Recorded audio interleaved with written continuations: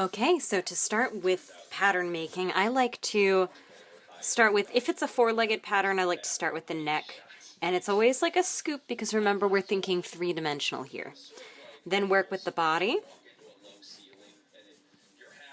Think something like a bean or an oval. So something like that. Here's where the chest is going to be. Start with my feet. I like to sort of make a baseline there so we can figure out where the other foot should end.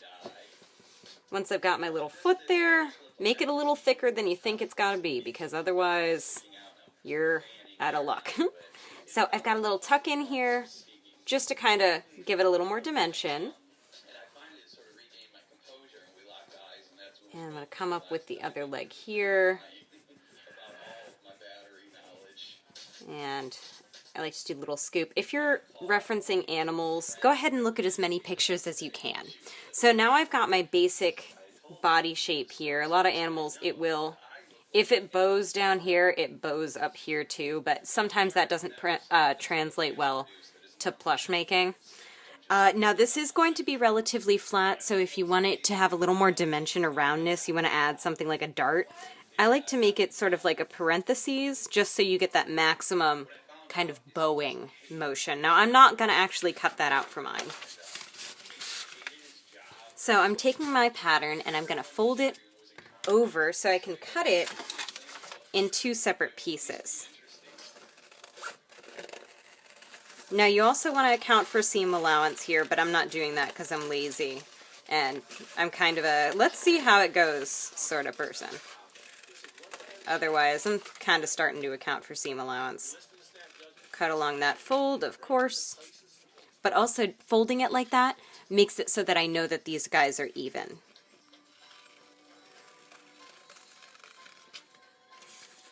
Okay, take this. Whoop.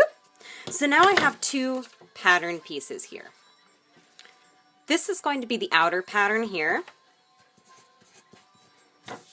And then I'm going to do the inner pattern right here. This is going to be the part with the belly and the inside, the inside of the arms. You want to start right by the neck and give it a little line. And then wherever you want the butt to finish up, add a little line there. Then we're going to scoop it downwards, okay? Just sort of like one long sweeping line.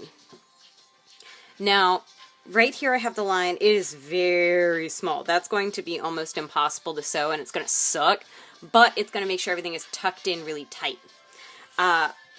I like to give myself a little more room just to play around. Also, like my creature's fat, as you probably know. So that's where I'm going to have my line for my inside pattern piece. Okay. All right. So this is the inside piece. Whoa. Come on, buddy. So this is my inside piece. Of course, you're going to want two of those. Sew those together. Two of these, and you want to make it like a sandwich. So we're going to have out pattern, these two sewn together, sew that to that one, and then sort of repeat over here where that angles up and finishes over here. My final touch for this would be once I've got everything sewn together, I like to take the leg and along that sort of where this oval is, so right around here, after everything is sewn together, I like to kind of fold this over and then just kind of make a bowing seam. Jeez. A bowing seam like that. That just gives our legs a little more dimension and makes them more cylindrical. I hope that that helps. It's funny, I'm actually going to be using this pattern, so we'll see how it goes. Thanks, good luck.